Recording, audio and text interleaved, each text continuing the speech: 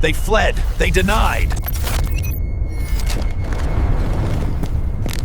In the summer of 1665, Londoners wake to the smell of roses and lavender. Street vendors hawk their wares. Children chase hoops down cobblestone alleys.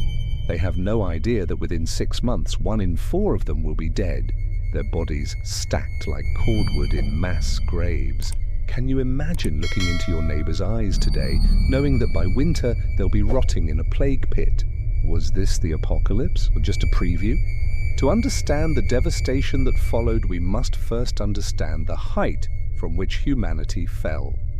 London, 1665, 500,000 souls crammed into 1 square mile of the old city. This is the beating heart of England's empire, a city that survived civil war and now thrives under King Charles II's restored monarchy. Walk with me through Cheapside Market on a January morning.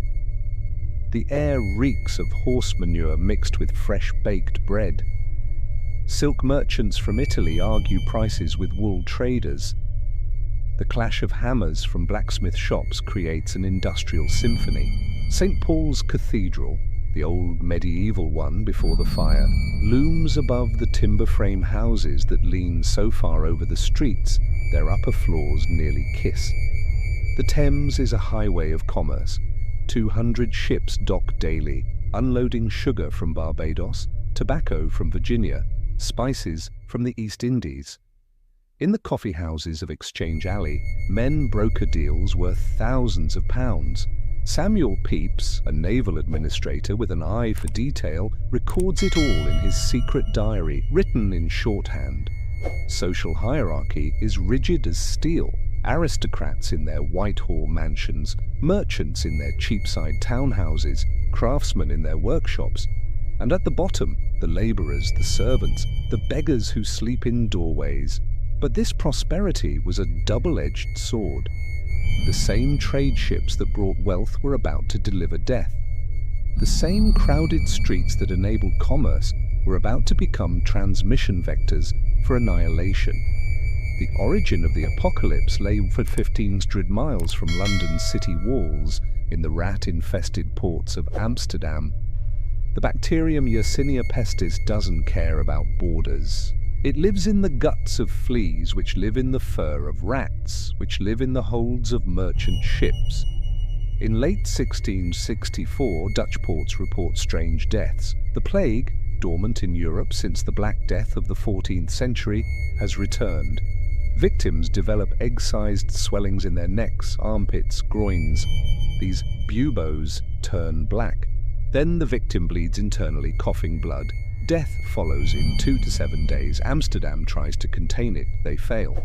By December 1664, English ships docking in London carry more than cargo. They carry invisible passengers, rat stowaways infected with plague-bearing fleas. The rats scurry into the tightly packed slums of Westminster and Southwark. St. Giles in the Fields, a poor parish outside the city walls, records the first deaths. December 1664. The victims are beggars, nobody important. The deaths are attributed to spotted fever. This is the fatal mistake, the ignored warning sign. By April 1665, 2 houses on Long Acre are marked with red crosses and the words, "Lord, have mercy upon us." When the plague hit London, it didn't just kill people, it killed the city itself as a functioning organism. Week 1, late April 1665, the bills of mortality, London's weekly death records, show 9 plague deaths. The number doubles the next week, then doubles again. May 1665, panic sets in. Anyone who can afford to flee does. King Charles II and his court abandon Whitehall Palace for Oxford. The wealthy load carriages with valuables and escape to country estates. Pepys writes in his diary, "The town grows very sickly and people are afraid of one another." June 1665.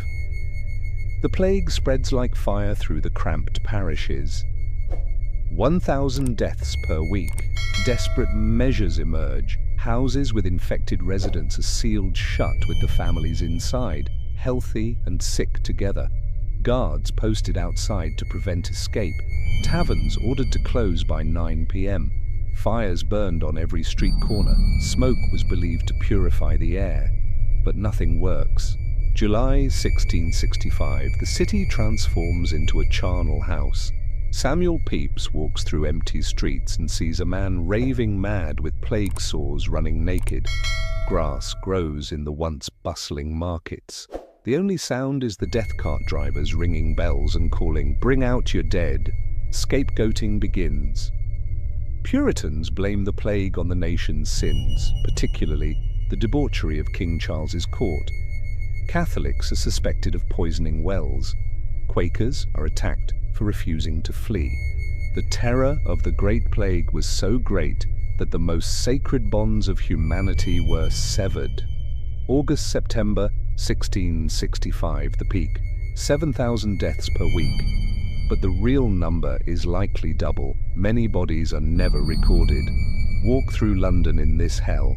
The streets are silent, except for moaning from sealed houses. Red crosses mark every third door. Bodies lie in the streets because there aren't enough carts.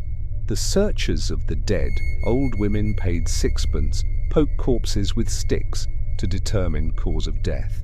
Many are drunk to cope with the horror. The plague pits are the most unholy sight. At Aldgate, a trench 40 feet long, 16 feet wide, 9 feet deep. Each night, carts dump dozens of bodies, no coffins, no ceremony, a thin layer of lime, then more bodies, then dirt. Medical knowledge is medieval. Doctors wear leather beak masks stuffed with herbs. Their treatments, bloodletting, which weakens patients further. Applying live pigeons to buboes to draw out the poison. Drinking mercury, smoking tobacco constantly. None of it works. The psychological horror is worse than the physical. Daniel Defoe, who lived through it as a child, later wrote, "A mother would beg a passing stranger to take her healthy child, knowing she would die, and leave it orphaned. The stranger would refuse, terrified of infection. Families sealed in houses resort to cannibalism. Survivors report hearing screams from locked homes for days until silence." Compare this to other disasters. The 1906 San Francisco earthquake killed 3,000. The 1871 Chicago fire killed 300. London's plague killed 100,000 in 8 months. 1 in 4 Londoners dead. By February 1666, the Great Plague had burned itself out. The survivors emerged into a world that looked the same, but was fundamentally different. The numbers: 100,000 dead out of 460,000 population. Entire families wiped out. 15% of London's housing empty. $50,000 in lost trade, revenue weekly. Economic impact: trade collapsed. Ships avoided London's ports. Unemployment hit 30%. Orphans flooded the streets. Parentless children begging for scraps. Social changes. The rigid hierarchy cracked. So many wealthy fled that social mobility increased for survivors. Craftsmen inherited businesses.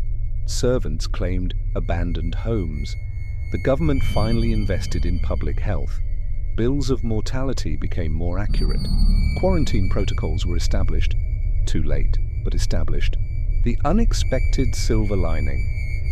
September 1666. 1 year after the plague peaked, the Great Fire of London destroyed 80% of the medieval city.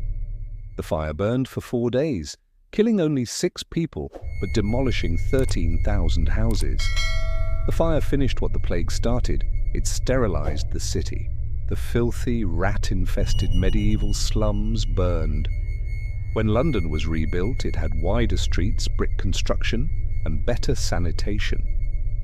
Yersinia pestis never returned to London on that scale. But the lesson? They didn't learn it. No one understood germ theory. Rats and fleas were never identified as culprits. When the next plague hit Marseille in 1720, they made the same mistakes. For centuries, the Great Plague was treated as a distant 17th century nightmare. But let me read you something. The government initially downplayed the threat. The wealthy fled to second homes while the poor remained in crowded conditions. Misinformation spread faster than the disease. Scapegoating of minorities increased. Essential workers risked death daily. Mass graves were dug. Society fractured between those who prioritized safety and those who prioritized economic activity. Does that really sound like ancient history, or does it feel uncomfortably familiar? We watched our own plague year unfold. We saw the same fear, the same denial, the same desperate measures. The tools changed. Ventilators instead of bloodletting, vaccines instead of beak masks, but the human response nearly identical. We are not as far from 1665 as we think. The Great Plague was a test of civilization, a test of whether humanity could prioritize survival over profit, community over self, science over superstition. They failed that test, and tests have a way of repeating. Anyways, I'm watching the past bleed into the present, and together we remember when time bled. I'll see you in the next era.